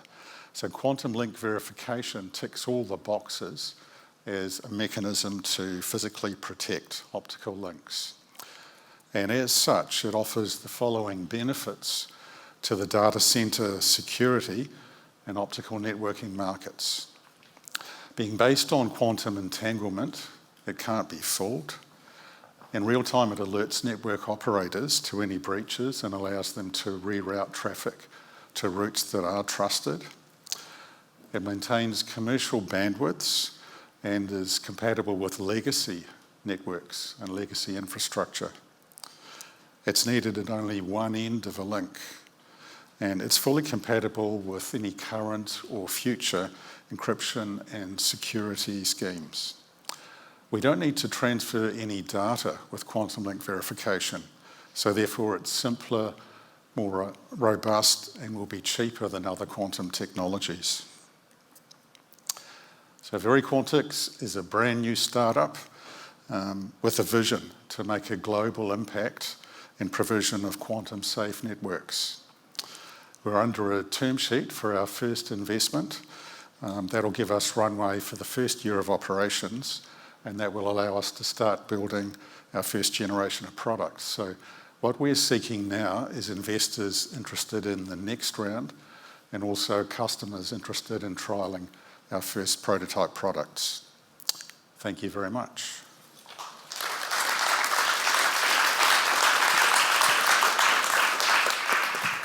So what unit price are you targeting for these devices? And just making sure that I am tracking that you would need to install one basically every 40 miles, right? I assume you have the same limitations as everyone else for the entanglement? Indeed. We're targeting a sales price of $500 per device. And we see the bulk of the market being in the intra-data centre market or intra-city. Even within data centres, there's a need to assure physical security of links that are used there. What do you see as your biggest challenges just starting up? There's a number of challenges. One is to access a market that's full of big players. So in our team, we have people with expertise in the industry and experience. It's not really a challenge, but quantifying the performance of the technology, over the ranges that can be achieved. And we also have a vision to, based on the types of photons coming back on the link, infer certain things about what breach might have occurred or at what point in the link the breach occurred. Are you creating your own entanglement sources? We're using a single photon generator that sends the photon into a crystal that does photon down conversion, so creating two photons out of the initial one entering the crystal, and those two photons are entangled. How much is your next round? Next round, we're targeting $5 million as the raise in about 12 months' time. So how will your devices be monitored? Will they be tapping into the networks that are transmitting the classical information, or are you going a sort of a separate route to make sure that if it is compromised, that you're not getting spoofed. Yeah. The entangled photons will be merged into the optical fibers through a wave division multiplexer, so an existing infrastructure, and we will be supplying network operators with software that interfaces into their network management systems. So normally they're used to managing their traffic and routes through things like availability on links, congestion, if they're wireless links, weather impacting the link.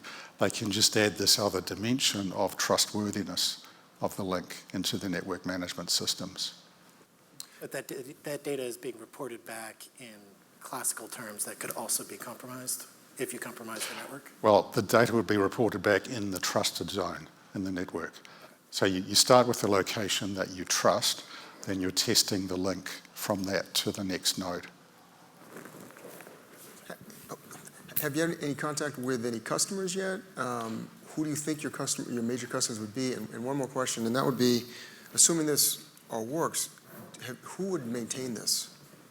Well, we've, a few months back, did a market engagement study where we did 70 in-depth interviews with potential customers, network operators, data center operators, large equipment vendors. We've got letters of support from some of the leading data center operators in Australia. These devices, they will be operated and maintained by network operators. And actually, the data center operators we're talking to, they envisage packaging this as a value-add service and what they add to their customers. In the case of breaches that you're concerned with, what are you worried that something's going to break? Are you worried that someone's tapping in? Sorry? What breaches are you concerned about? For example, people breaking the fiber and inserting some device that taps out a portion of the signal or duplicates it. Even devices that access a bend in a fiber and then take out just a small fraction of the signal, which is enough to copy the data that's being sent.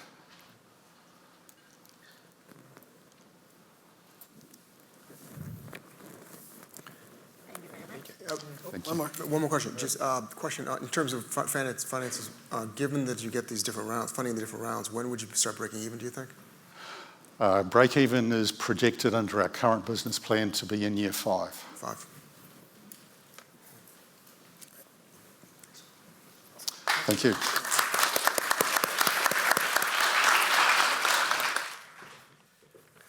Great. Well, we've reached the part of the program where we ask our judges who will be leaving to go into their deliberation, where they will be looking at selecting a second runner-up, first runner-up, and winner. And while they leave to do that, we have the opportunity to hear from some of our prior winners.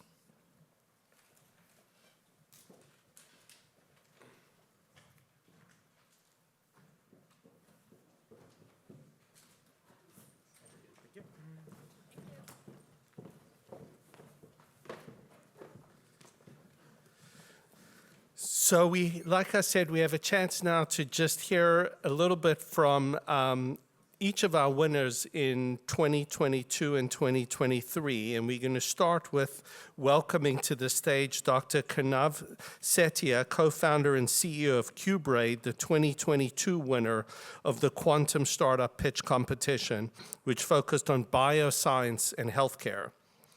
Cubraid is a one-stop platform for quantum computing. Cubraid provides seamless access to quantum software from more than 10 companies and quantum computers from 5 companies.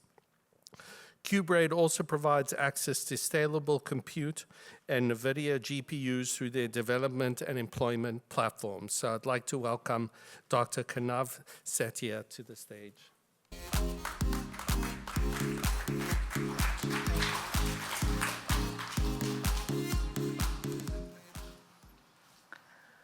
Perfect. Can everybody hear me okay? Perfect. So thank you for having me, and I'm super excited to come back and present to you all what we've been doing over the past 2 years and over the past year specifically. I did a similar talk last year, so this year I'm going to focus on, what we've been up to. So just to start up, what I'm going to do is quickly present to you the problems that the industry faces that we are trying to solve, and then going to walk you through the progress we've made over the past year, and then hopefully for future entrepreneurs and people who are thinking about starting a company, I'll share some of my learnings. We haven't made it yet. We are not super big, but there's still some learning based on the progress we've made so far that I hope to share, and hopefully they'll be valuable for future entrepreneurs or people who are in the industry, even right now. So starting off, first, the problem we solve. So if you look at the quantum software development, just installing everything and getting things to properly install on your local computer takes sometimes a decent number of hours. And that's because there's so many different software and hardware that you have to configure for. And then once you try to do it, things break, specifically because now you've got your CPUs, GPUs, and QPUs all working together and all using different software. And then even on the hardware side, you've got different modalities. Each hardware many times uses different software SDK, and beyond that, you have different compilers and so on. So things tend to break.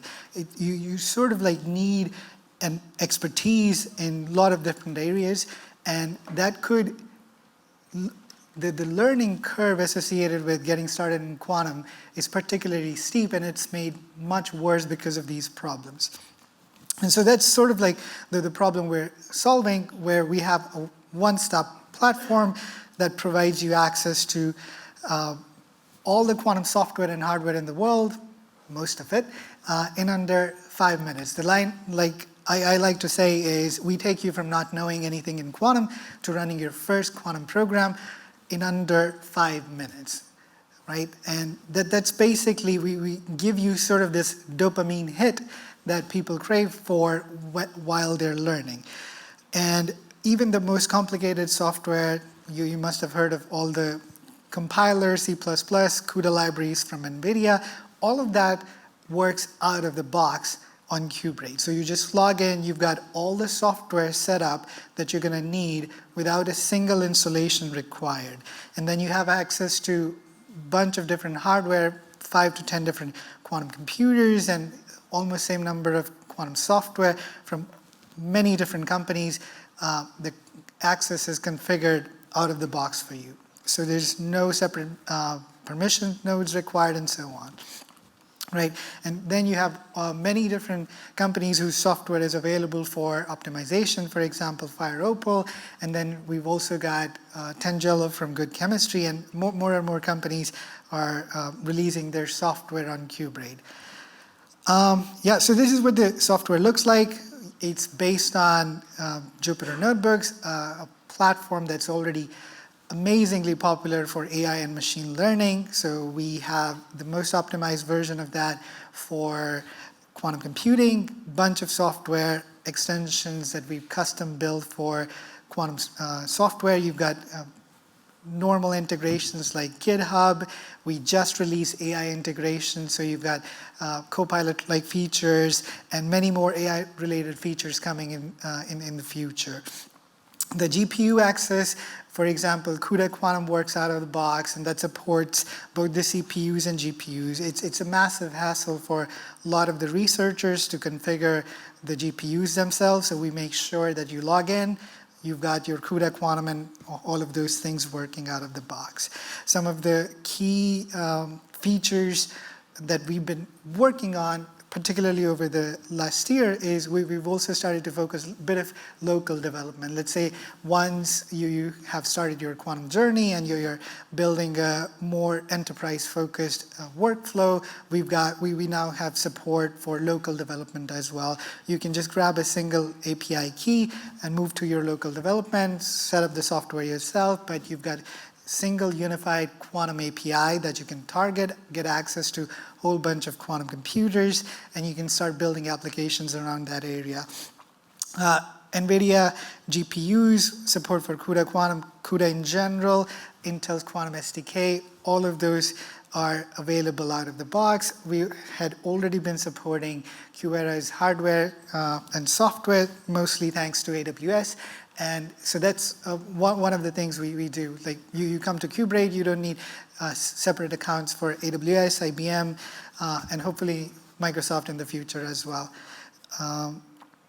And with single credit system, you can spend credits on GPUs, QPUs, or scalable compute.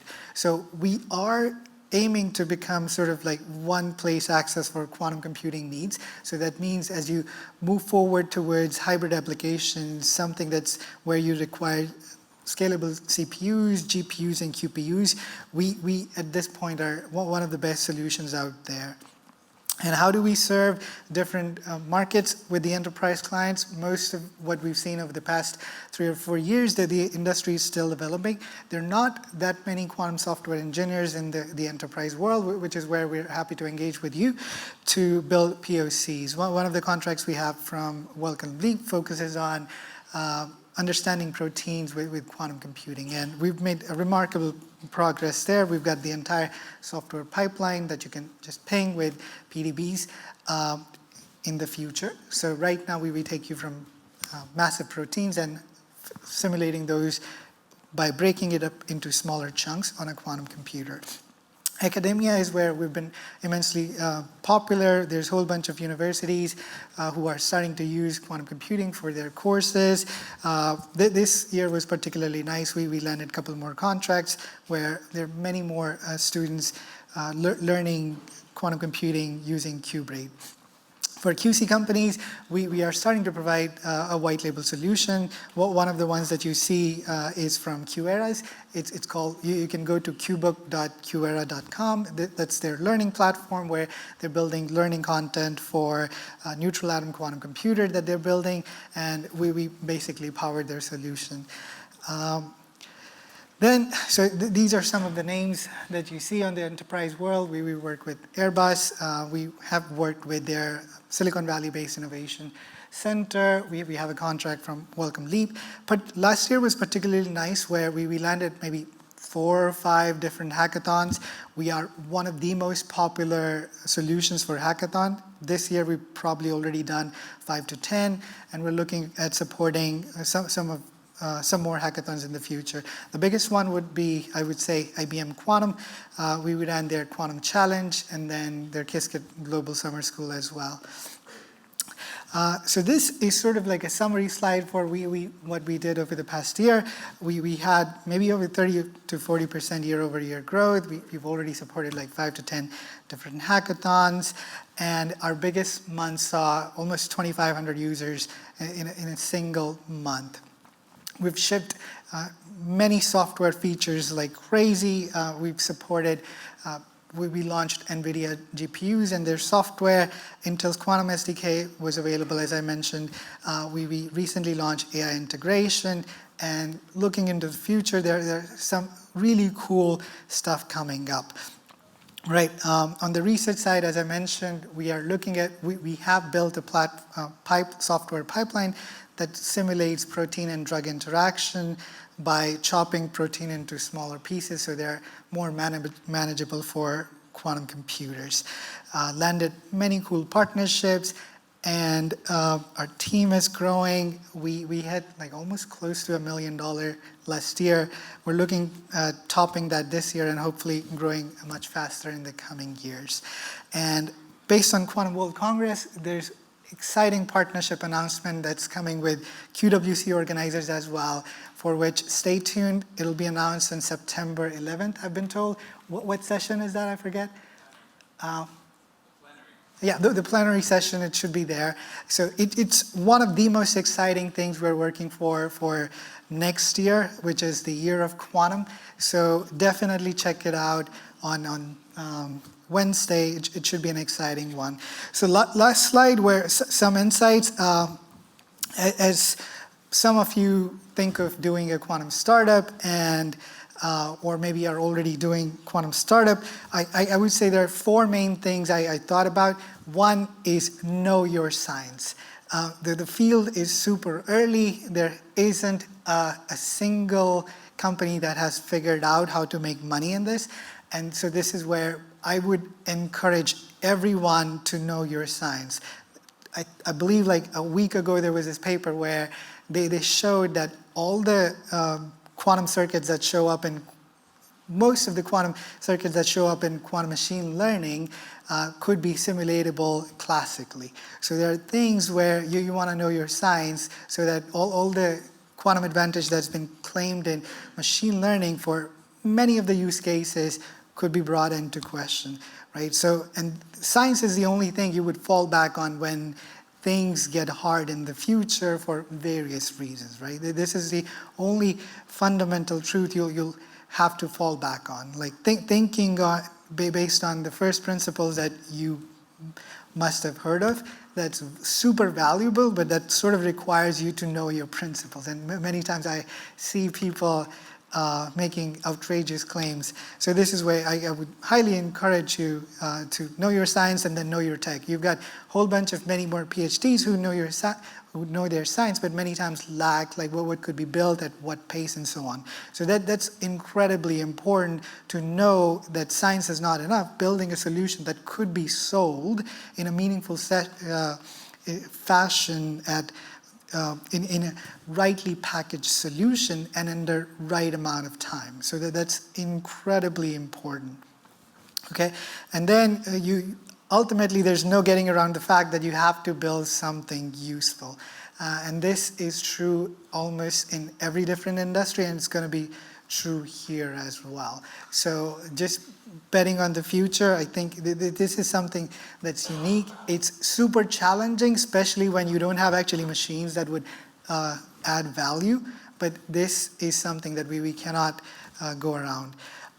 One of the last really important bits would be ignore the expert advice. So if you've got people who are just offering you advice and maybe they will invest in the future, that's my biggest takeaway, that's a red flag. So most people who are looking at, and I see a lot of PhDs making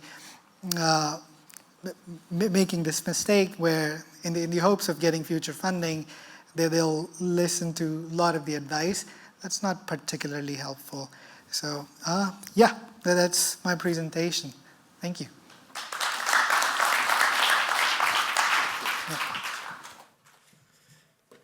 Thank you, Kanav. We would now like to welcome to the stage Abhishek Chopra, founder and CEO of BQP, the 2023 winner of the Quantum Startup Pitch Competition, which focused on defense and national security. BQP is a simulation software startup that is leveraging quantum algorithms to accelerate advanced simulations for highly engineered products from the aerospace and EV industry sector. The product BQ-Fi helps simulation engineers to design efficient products in less compute resources with novel quantum algorithms integrated into their back-end engineering solvers that can run on today's HPC and industrial scale quantum computers in the future. Please welcome Abhishek.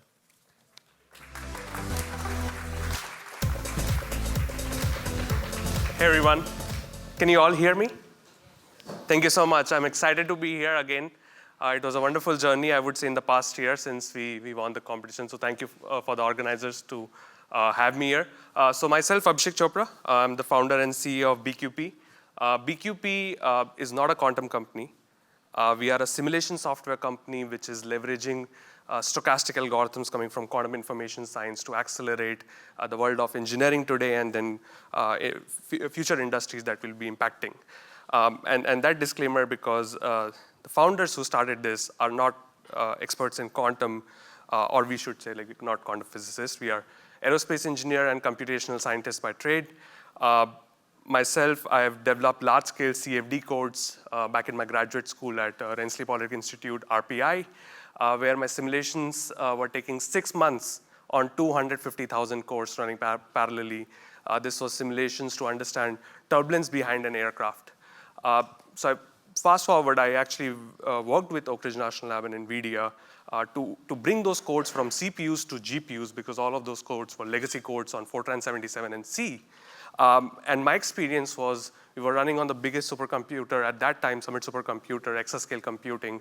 And what I found out was, even though we have the great computing power, but the back end of these are outdated. They haven't actually changed since 1980s. So we started BQP to solve for this problem. And what we are really doing is simulations. Now, to bring everybody on the same page, simulation is a critical tool for design and engineering in many different industries. And two very key aspects of it, as I mentioned, is the back end, the mathematics that go into the back end of this, and then the computing power required to solve this complicated math. So what happened in 1984 or 1980s and 70s, and people who are way above my age know about this, when the punch card technology was there. That's when these were being developed. And what has happened that the computing has moved forward. We talk about Moore's law, we talk beyond Moore's law, but what we don't talk about is the math that was created 40 years ago still remains the same. How are we going to leverage today's computing technology and the technology of the future? So what this creates is, for engineers like me, that we are talking about choosing between accuracy and time. So we can only perform fast simulations, but they're not accurate enough for engineers. Or you can talk about accurate simulations, but they're slow and expensive. So to bridge this gap is essentially where BQP came into play. And we are actually bringing the world of engineering simulations forward by 40 years by combining the algorithms, the newer algorithms, the solvers that are ready for that algorithms, with the computing power of today and for future. We believe in the world of future data centers being CPU, GPU, and QPU, where every workload has its own place in the tech stack. And to leverage that is where we have our product BQ-Fi. Now, BQ-Fi is an interesting infrastructure platform. Somebody told me last week, it's unique in where it is being placed, because it's not a front end, it's really in the back end. And the back end is basically leveraging and solving different problems. And we interact directly with the end users, so these are engineers and not developers. Engineers and computational science folks don't work together so much. We come from unique background in that regards. So the platform, as you can see here, has 3 different library solvers, you can say. One, which is optimization. That's what we are commercializing today. This is where we are focusing on quantum-inspired approaches, which can run on today's HPC, giving 10x speed up, and I will show an example of that. And then the future solvers, which are looking more forward-looking. I will talk about one of the breakthroughs that we have made in the physics-based simulation or computational fluid dynamics in a second, which is, by the way, my favorite area. And then the machine learning solver, which is where we are not doing what many, many people are doing. We are being a utility tool for a lot of these companies. And just to give a sense of what we are actually able to do, so our quantum-inspired evolutionary optimization approach is building on your classical genetic-based or particle swarm optimization, differential evolution, those kind of problems where either you cannot find a gradient or you're really trying to find a global minima. So this is a use case that we did with one of our aerospace customers, where what we did was, can we improve the design of the aircraft wing section by reducing the weight, because weight is tied to the fuel. And what we were able to find out in that was we found a better solution than the classical algorithms, because the classical algorithms are computationally very, very expensive and takes time to get there. So here, we actually showed 6% more weight reduction. That's because we found a global minima faster and faster by 1/10 of the time on GPUs. So we are able to showcase the power of these so-called stochastic algorithms, as I keep mentioning. Let me call it quantum algorithms on today's GPUs. So what does it mean for my customers today, which is primarily aerospace defense companies, is we are getting the product out in the market faster by reducing the inefficiencies that get created in the process. Let me explain you how. You want to do basically 20,000 design possibility for every component that you design in this industry. We are able to only do 200 because today's tools of simulations are slow and expensive. By doing faster simulation, BQP is enabling these customers to do now those 20,000 design possibility, make your product robust once and for all, so that you can move forward in the process and don't have to reiterate. Now, as I mentioned, I'm here as a winner, and I want to showcase what we have done through the support of whatever we have achieved in the last 1 year. So first, I'm going to start from the important part, which I would say for me as a CEO, being the traction. So we actually have got 5 successful POCs done. From that, converted 3 design partners in aerospace defense industry, and we have a paid contract with one of the largest aerospace manufacturers to go into this area of engineering simulation where they're exploring our platform. We also signed CRADA with Air Force Research Lab RI, and from there, this is all possible thanks to our beta, because the beta of the product, which is primarily, as I mentioned, on the engineering optimization side of things, is able to demonstrate the power of quantum today. And the most important part about this is we are able to, without changing the life of engineer, able to put that into the existing workflows. So the input remains the same, the output remains the same, the infrastructure on which it is running remains the same. What is changing is just that they can go home sooner or take shorter coffee breaks. And I would love that as an engineer. So now the most interesting part of this presentation, very recently, and I have a link of the QR code in the next slide, our focus being on the computational fluid dynamics, which is more forward-looking. What we were able to showcase first is a scalability study. So we did simulate on a quantum simulator from 4-qubit all the way to the 11-qubit, a 2D nonlinear transient problem, also called Berger equation, which is a more simplified version of the Navier-Stokes equation. And what we were able to do is a resource estimation at the end of it and showcase that this jet engine simulation, which by the way was Gordon Bell Award nominee last year, took 19.2 million cores to simulate. And we can do that once we have a 30 logical qubit quantum computer and with 4,000 gates. So we always talk about, when quantum computer will be, when quantum, but the right question to ask is, when will quantum computer be here for a certain application? And now we have something to work with. And for those who are interested, this is our paper that got online on arXiv, and you have the link QR code if you want to scan it and read it more about it. By the way, this was a variational quantum linear solver that we scaled up, and that has been something that BQP has been working for about 2 to 3 years. So all of what I'm saying is our more R&D focused, forward-looking work. The next, again, on computational fluid dynamics, this is an area which is on physics-informed neural network. Physics-informed neural network is a field that got exciting for CFD researchers around 2019. What we are coming is not saying that, we have designed a new pin. What we are saying, there's a very small aspect, which is a critical aspect of generalizability and training efficiency of pins. And what we were able to showcase is by introducing few layers of quantum in the neural network part of pins, we can actually reduce significantly the number of trainable parameters required. Now, why this is important is because with lesser trainable parameters, we can actually move on to go from one case to another. Usually how this works in engineering is I've tested an airfoil with 5 meters per second. I want to go 6 meters per second. If I have something which is not so much generalizable, I have to retrain the entire model. This helps in reducing that, and we are going to apply more different techniques. And this is very, very preliminary work that we have done. And I will be presenting that at IEEE Quantum Week next week in Montreal. The last part of our work that we have done, which is more on the machine learning side, continuing the work that we did, again, just a layer that we have added in the neural network part. What we were able to showcase is for computer vision-based application where you are doing image processing and things like that, we were able to, again, reduce trainable parameter, but 3 order of magnitude reduction in trainable parameters, and that was the use case that we did with one of our partners, Materials In, from our back in the same backyard in Buffalo in New York. And what we were able to showcase is VGG16. You can see how many trainable parameters it takes, and with the state-of-the-art classical technique of reduction of trainable parameters, we get to 160K approximately, and with BQP's technique, you get to about 2,000 trainable parameters. Again, this is a step for us to go and do more work on this, but I'm happy to share all these progress. And then we made some crucial partnership along the way, which is again looking forward in the engineering simulation space and our domain expertise that we bring to the quantum application layer of all of this. That being said, one thing that is not on the slide that you didn't see is our announcement of funding, which will be coming out in a couple of weeks. I just signed our term sheet before coming up on the stage. But thank you so much again for the organizers for having me here, and thank you for you all for patiently listening.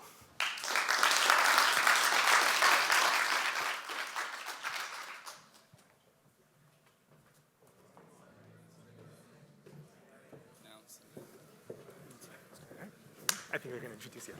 I think they're introducing you, so you're great. Oh, they will? I think they're going to introduce you. We just stand. I mean, We can stand, yeah. But they know who we are already. That's fine. Okay. Thank you. Thank you. Hello, everyone. How is everyone doing? There we go. Much better. Thank you. Okay. So thank you very much, judges, for such a fruitful discussion in the back. It was not easy, but it was not that hard either.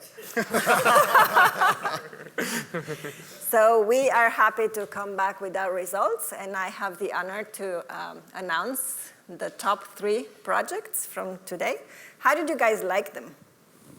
Okay. That's how we felt too. Okay, so number 3. I would like to invite them and take photos and do the whole marketing thing. Good. Okay, so number 3, I would like to invite on stage, drum rolls, David from SB Quantum.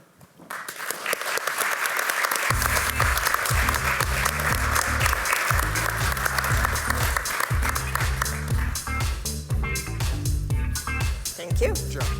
Congratulations. Really nice job, David. Good. Okie dokie. Ready for number 2?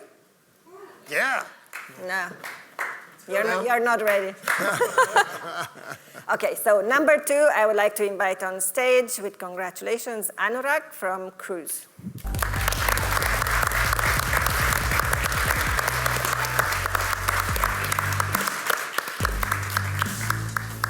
Congrats. You were in the category of congrats. Good job. Good job. Okay, number 1, I will not play with you anymore. Sanjeev from Euclid.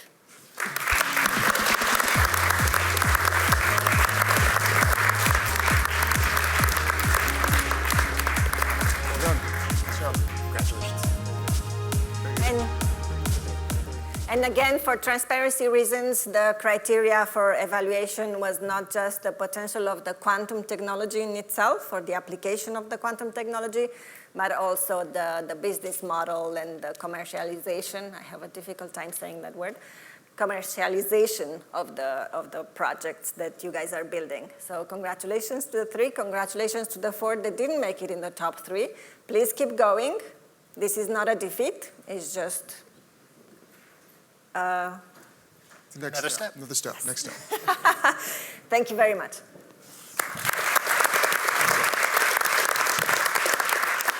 And let's give it up for our awesome judges. Great job, guys. Also like to thank our sponsors for their support, and special thank you to all of the startups that have pitched today, and we're excited to see what the future holds for you. Please join us tomorrow in the main plenary session for the official Quantum Startup Pitch Competition Awards ceremony in the main hall plenary at 11 a.m. tomorrow.